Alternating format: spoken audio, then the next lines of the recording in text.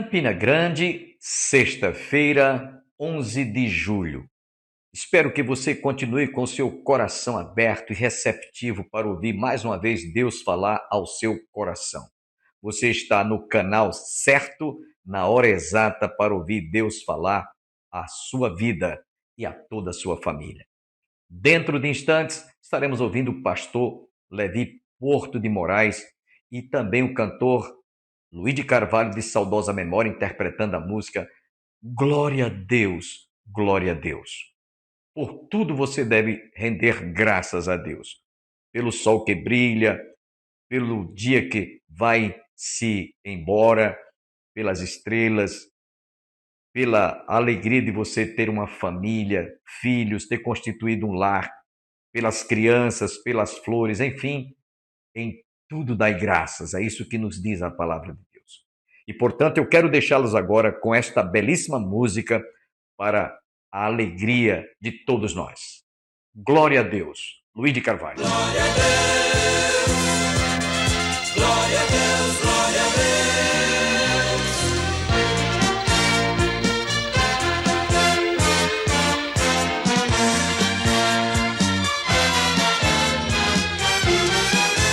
Pelo sol que brilha, glória a Deus. Pela flor que nasce, glória a Deus. Pelos montes altos, glória a Deus. Pelo mar também, glória a Deus. Pelos passarinhos, glória a Deus. Pela noite e o dia, glória a Deus. Pela brisa leve, glória a Deus. que de longe vem, glória a Deus. Pelo alimento, glória a Deus. Pela habitação, pela amizade, glória a Deus. de irmão para irmão. Glória a Deus, glória a Deus, glória a Deus, glória a Deus. Glória a Deus, glória a Deus, glória a Deus, glória a Deus.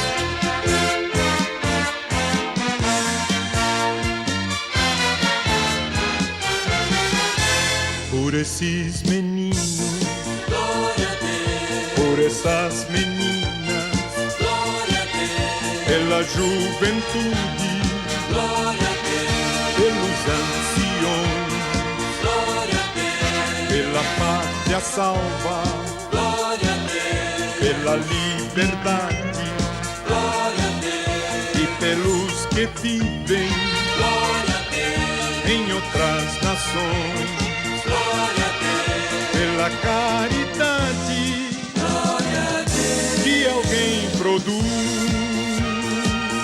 pelos céus que um dia, glória a Deus. nos mandou Jesus.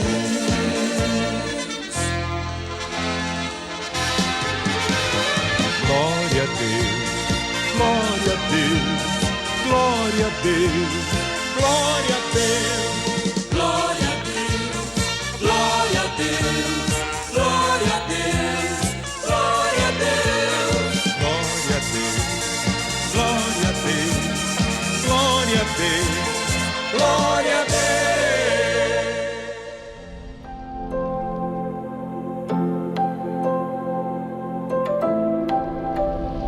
Evangelho segundo escreveu São João, capítulo 8, apenas o versículo 12.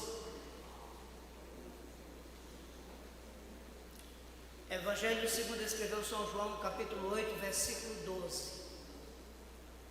Então, quando você encontrar, esse sinal de que você já achou, aí você vai ficar de pé. Amém? Para que nós possamos executarmos a leitura deste único versículo. Nós vamos ler só este versículo. Então vai ser bem rápido, você não vai se cansar, você vai acompanhar comigo. Quem não tiver, eu vou pedir ao presbítero Alberto, o pessoal da mídia, que coloque esse aqui versículo, por gentileza, aqui no telão. Amém? Para que a gente possa acompanhar juntos. Tem amigos do Evangelho aqui nessa noite. Você que está em casa, através das redes sociais, do YouTube, eu quero convidar você a ler conosco. Nos diz a palavra de Deus: de novo lhes falava Jesus, dizendo: eu sou a luz do mundo. Quem me segue não andará nas trevas, pelo contrário, terá a luz da vida. Eu quero convidar você a repetir comigo uma única frase que está no segundo parágrafo e no início, diz assim: eu sou a luz.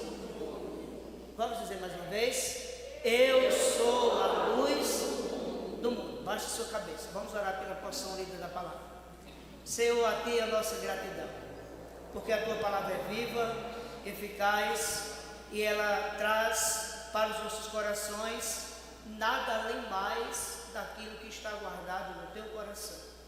E eu sei que ela é eficaz e que ela age não segundo a nossa vontade, mas segundo a Tua vontade. A nossa gratidão por estarmos aqui nessa noite. Fala conosco em nome de Jesus. Amém? Usa-nos para a Tua glória. É o que nós te rogamos em nome de Jesus. Amém e amém.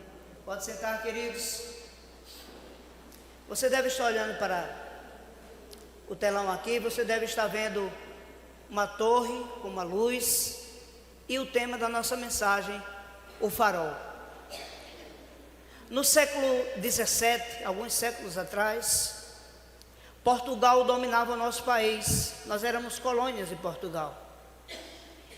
E aproximadamente no início do ano de 1768, no século XVII, lá mais de 3, 4 séculos atrás, um dia o rei de Portugal chegou para um dos seus generais, o general Francisco Correia da Silva, e ordenou que junto com ele viesse para o Brasil uma caravana com 50 navios. A missão era que esse general, que vinha em um galeão, um navio considerado na época imbatível, um navio de guerra. Para você ter uma ideia, ele pesava mais de 50 toneladas. Era um navio que disponibilizava de mais de 40 canhões, uma artilharia pesada, forte. E esse general partiu naquele navio com mais 50 navios, e só naquele navio vinham aproximadamente, entre tripulantes, generais, militares e passageiros e convidados, quase 500 pessoas. O que eles vinham fazer no Brasil? Por que estava se deslocando uma frota de tantos navios naquele ano de 1768, no século XVII, para uma colônia? E qual o objetivo? O objetivo era para vir à cidade de Salvador, na Bahia, porque devido à rota marítima de Salvador ser uma rota na época muito propícia, havia um crescimento exacerbado de comércios, principalmente das rotas de navios que vinham da Europa e de outros países, e Salvador estava crescendo de forma assustadora, e o governo de Portugal agora queria fazer com que Salvador fosse a capital do Brasil. Então ele precisava de alguém da sua confiança, que ele pudesse estar em Portugal descansado, e ele pudesse trazer diante daquela pessoa ordens para que ele pudesse comandar o nosso país ali de Salvador. E aquela caravana partiu no mês de fevereiro, e para os irmãos terem uma ideia, eram aproximadamente 60 dias, 65 dias, 2 meses e poucos dias de viagem, para que eles pudessem se deslocar pelo oceano até chegar na costa da Bahia, onde eles iriam atracar os 50 navios, e ali eles iriam descer, iriam fazer a posse do general Francisco Correia da Silva, e depois da posse ele tomaria em si as rédeas do nosso país, que até então era colônia de Portugal. A viagem foi muito tranquila, todos iam contentes, e eles cantavam, diz a história, que eles cantavam, eles comemoravam, e o general estava ansioso para tomar posse, porque era um cargo de honra, era um cargo de destaque. E no dia 4, 5 de maio, eles vinham chegando à costa da Bahia, e depois de uma viagem de quase 2 meses, muito tranquila, no dia que eles vinham chegando à costa, ao litoral brasileiro, no final da tarde, exatamente na hora que eles vinham chegando, levantou-se uma tempestade terrível. A tempestade era como nunca tivesse ouvido, e as pessoas ficavam assustadas, olhando a bravura e o furor do mar. E pasmem, o maior navio, o Galeão, não conseguiu atracar. Ele bateu em um banco de areia e arrecifes naquela localidade. O seu casco foi perfurado, e eles, em meio a uma tempestade, a noite escura, eles não conseguiam ter visibilidade nenhuma, começaram a disparar os seus canhões de guerra de formas desesperadas. Eram mais de 40 canhões, e eles gastaram durante toda a noite, desde as 11 horas da noite até o amanhecer, toda a sua artilharia. As pessoas gritavam, eles disparavam as suas armas, pessoas começaram a ficar desesperados, e eles, por não conseguirem chamar a atenção, e aqueles que ouviam do lado de cá da praia não conseguiam ver o navio por conta da escuridão. O socorro durante toda a noite não conseguiu chegar.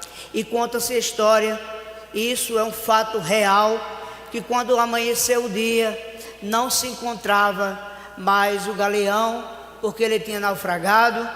As pessoas que estavam nele, mais de 430 corpos, estavam espalhados pelas praias, outros agarrados em pequenas balsas, outros em navios. Aproximadamente 25 a 30 pessoas conseguiram escaparem, mas o fato é que o Galeão acabou afundando, e um dos corpos que foram primeiro encontrados, agarrado a uma das tábuas, foi o corpo do general Francisco Correia da Silva. Por que eu estou falando isso? Porque depois desse terrível acidente, ali no local da Barra, eles criaram um forte, fizeram um museu, e só no ano de 1973 eles conseguiram localizar os destroços dos navios. Em 1976 eles fizeram um museu, onde até hoje existe o Farol da Barra em Salvador, e lá está um museu náutico. E se você viajar lá àquela cidade e você for a esse local, você vai encontrar um farol, e esse farol foi construído para que ele pudesse trazer segurança, direcionamento aos navios que vinham naquela rota, caso houvesse algum intempérie, alguma tempestade. E esta é apenas uma das histórias de mais de 199 faróis que temos espalhados pelo nosso país. Se você for aqui a Natal, no Rio Grande do Norte, você vai certamente conhecer lá, quem for o forte, vai também ver um farol. E eles eram colocados estrategicamente à beira do mar, ou bem próximo, para que os navios, quando viessem, para que os irmãos tenham ideia, os faróis, eles eram tão fortes, a sua luz, que eles poderiam alcançar até 460 milhas náuticas. O que é isso? Se um navio estivesse a 89 quilômetros, ele conseguia ver a luz, ele conseguia se guiar por aquela luz, ele conseguia ter uma estabilidade para que ele pudesse se direcionar e atracar e chegar com segurança. A história desse naufrágio, querido, ainda hoje está registrada nesse museu. E por que eu estou falando sobre isso? Porque aquelas pessoas que saíram naquele dia, com mais 50 navios, eles estavam com a certeza em seus corações que eles atracariam no porto seguro, que eles chegariam com segurança, que nada, absolutamente nada, os impediria que o general tomasse posse. Nada impediria que eles comemorassem mais uma das conquistas de Portugal, e que aquela rota marítima seria sucesso. E o general certamente saiu de casa, e quem sabe ele disse para sua esposa e para os seus filhos: eu vou E daqui a alguns meses eu estou de volta para visitar vocês, ou mando buscar vocês para estar aqui comigo. Porque ele já tinha viajado muitas vezes neste galeão. E era um dos navios mais seguros que existia na época. A segurança que ele pensava que existia no navio foi caída por terra, por um banco de areia, por alguns arrecifes. E principalmente por não ter chance de, em meio à escuridão, olhar e encontrar a luz.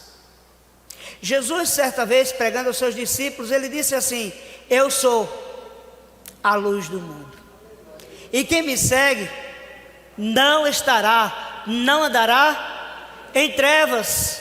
Quando Jesus diz isso, querido, ele traz para a minha vida a convicção de que a igreja perseguida hoje, onde quer que ela se encontre, se ela se encontrar no país ocidental ou no país oriental, se ela é uma igreja perseguida, esses povos estão como navios à deriva em um oceano, em meio a uma tempestade, à noite escura, e eles têm necessidade de encontrarem, de olharem e verem uma luz. Por que eu estou falando sobre isso nessa noite? É porque aquilo que para mim e para você é muito claro, é muito objetivo, é muito simples de entendimento, que é a palavra de Deus, para essas pessoas são uma das coisas mais difíceis talvez de compreender. Porque aquilo que para mim e para você é muito fácil, de em casa encontrar a Bíblia, encontrar o farol, abrir e ter entendimento do que Jesus fez por mim e por você, para essas pessoas, eles nunca ouviram falar do farol, eles nunca ouviram falar de Jesus, eles não sabem quem é Jesus, eles não sabem o que é salvação, eles não sabem o que é ter o conforto de esperarem e terem uma vida eterna em Cristo Jesus. Por isso, querido, essas nações são como navios sem terem onde atracar. E aí o que é que nós vemos? A igreja de Cristo, nós ouvimos nessa noite aqui através do louvor, dizendo que ninguém pode parar a igreja do Senhor. Na minha e na sua casa, na sua família, onde você estiver, nós somos o farol. Cristo é a luz desse farol. E nós precisamos ser como torres, para que esta luz possa brilhar o mais longe possível, para que ela possa alcançar as pessoas muito longe, e ainda que eles estejam a 50, 60, 80, 90 quilômetros, ainda que eles não consigam nos ver, eles possam enxergar a luz que há em mim e você, e possam ter direcionamento para chegarem ao porto que é Jesus.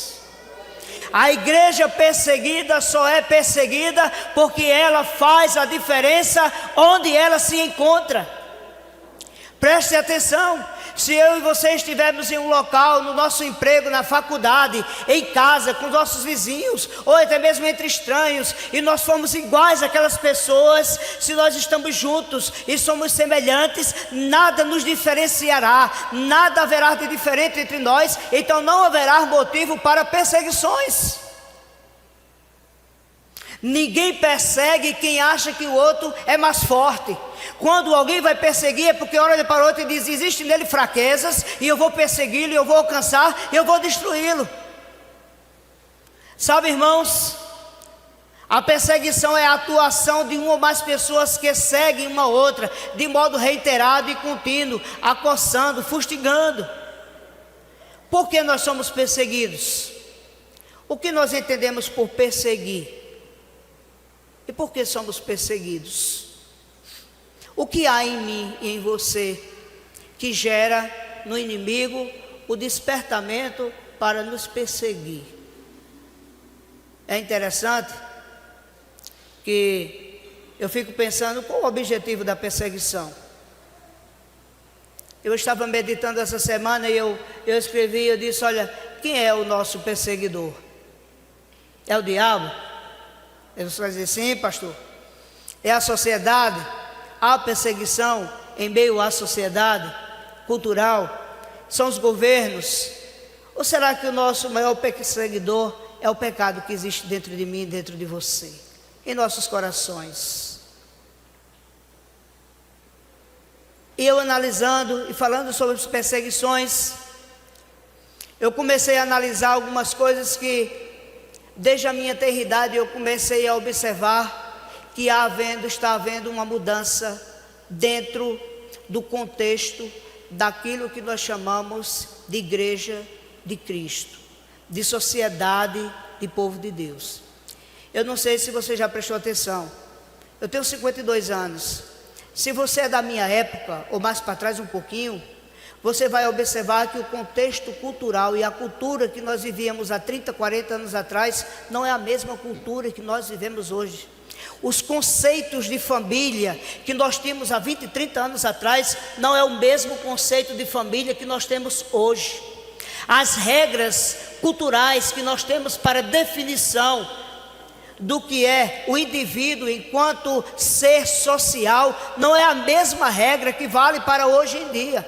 As coisas estão mudando de forma acelerada e contínua. O que era ontem não é mais hoje, e aquilo que era certo ontem, hoje passa a ser errado, e aquilo que hoje é pecado, amanhã é relativo, porque a relatividade do conhecimento que as pessoas têm estão trazendo uma ambiguidade, e elas não conseguem mais compreender que a palavra de Deus, ela é atemporal. Passa tempo, morre gente, vive gente, passa reis, morre reis, pessoas se mudam de lugares, países deixam de existir, mas o nosso Deus é o mesmo ontem, hoje, eternamente, e será para sempre. Ele sempre será a luz do mundo, e nós sempre seremos aqueles faróis que estaremos fazendo com que as pessoas olhem para mim e digam: ali está um farol onde eu posso ver a luz de Cristo, e eu posso me guiar e posso atracar no porto seguro, queridos.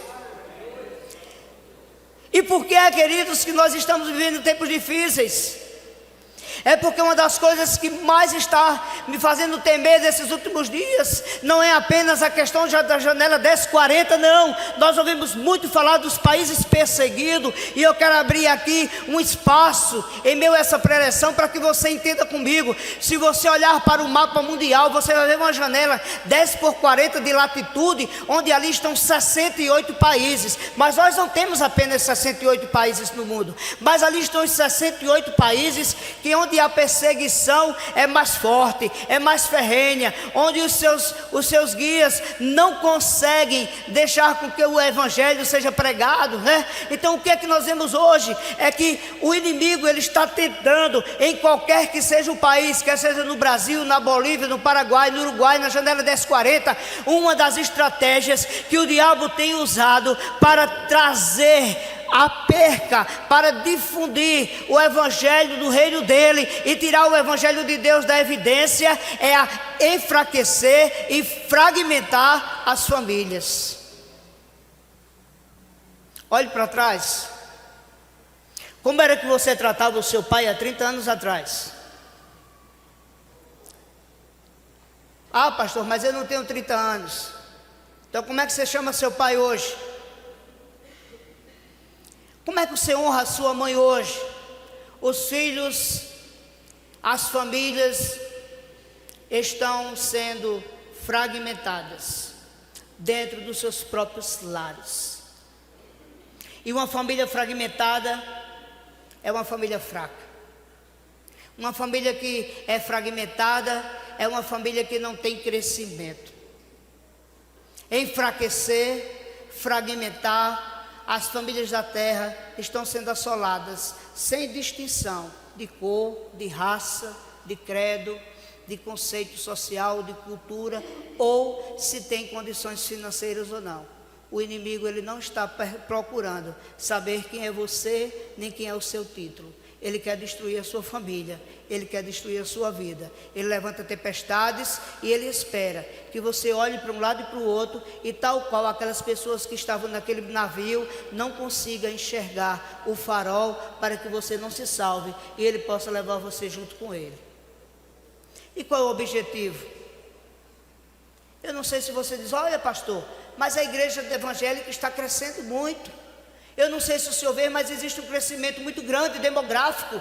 E hoje, antigamente, pastor, ser crente era cafona. Quando alguém dizia que era crente, era cafona. Ah, fulano é quadrado, fulano é cafona. Hoje não, parece que virou moda dizer que é crente. Ah, eu sou crente, eu sou evangélico, eu sou gospel. Só que nós estamos vivendo um evangelho que não é o evangelho que nós aprendemos, não é o evangelho que nós conhecemos. As pessoas estão vivendo um evangelho fajuto, descartável, sem unção, sem conhecimento da palavra de Deus. As pessoas estão vivendo um evangelho de oba-oba, de muito pulo, de muito riso, de muito barulho, mas sem vida, sem unção, sem conhecimento, sem testemunho, e isso enfraquece e envergonha o verdadeiro evangelho de Deus.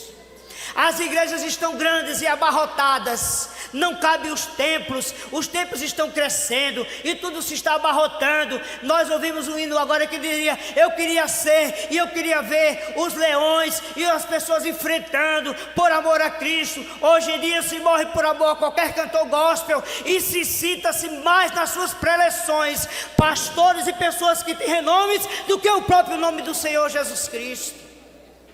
Mas eu quero dizer para vocês que Ele é a luz do mundo. Ele disse: eu sou a luz do mundo. O objetivo do diabo é que sejamos grandes árvores. E pastor, irmãos, eu estava pensando sobre isso. E eu disse: sabe qual é o objetivo dele? Eu não sei se você já conhece uma árvore chamada algaroba. Alguém aqui já conhece essa árvore? A árvore algaroba, ela cresce muito e ela fica muito grande, mas a sua raiz ela é muito rasa. Eu lembro-me que quando criança nós tínhamos em frente à minha casa uma algaroba, e meu pai cuidava e regava e tinha todo o cuidado com ela. E um dia à noite ele estacionou o carro, e quando amanheceu, o presente que a algaroba deu para ele foi estar deitada sobre o seu fusquinha, porque ela não tinha raízes. E no primeira chuva, e no primeiro vendaval, e na primeira dificuldade, aquela árvore grande, ela caiu e desmoronou. Nós estamos vivendo tempos difíceis em que o evangelho e muitas pessoas e muitas igrejas são como grandes árvores. Eu só tenho que agradecer a você e a sua compreensão, motivo pelo qual vamos ficar devendo a conclusão desta palavra na próxima segunda-feira, se Deus assim nos permitir. Mas antes, eu quero lembrar a todos que próximo à sua casa, no seu bairro, à sua cidade, há um templo evangélico. Nesse domingo, vá participar de uma das reuniões. Mas se você reside em Campina Grande e quiser nos honrar com a sua presença, fazermos uma visita, nós temos a Escola Bíblica Dominical às 9 horas da manhã, temos culto divino às 18 horas, às terças-feiras venha orar com a sua família, nós temos culto de oração especificamente intercedendo pelas famílias. E às quintas-feiras nós temos estudo bíblico, você está convidado, portanto, a participar de uma das nossas reuniões. Para aqueles que não sabem, como eu tenho falado aqui, a nossa igreja é fácil de você localizá-la. Está às margens do Açude Velho, ao lado do Monumento do Centenário, no início do giradouro da Avenida Brasília. E você, portanto, está convidado, o que muito nos honrará, fazermos uma visita. Queremos desejar a todos um bom dia, um bom final de semana e até a próxima segunda-feira, se Deus quiser.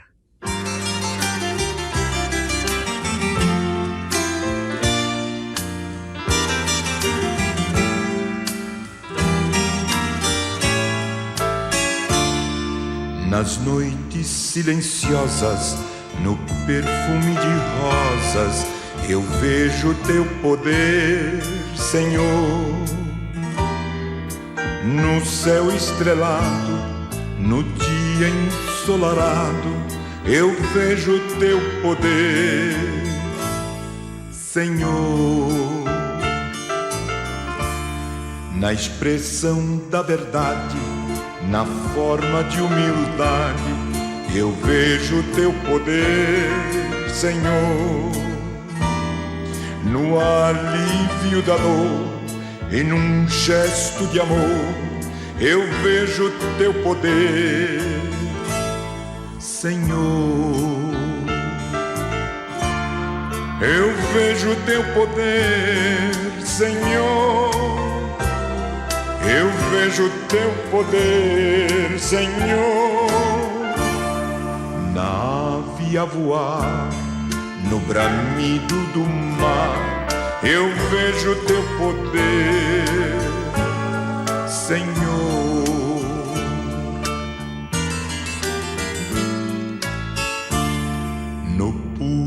pensamento, no fiel sentimento, eu vejo teu poder, Senhor. Na chuva cair, na criança sorrir, eu vejo teu poder, Senhor. Eu vejo teu poder, Senhor. Eu vejo teu poder, Senhor. Na ave a voar, no bramido do mar, eu vejo teu poder, Senhor.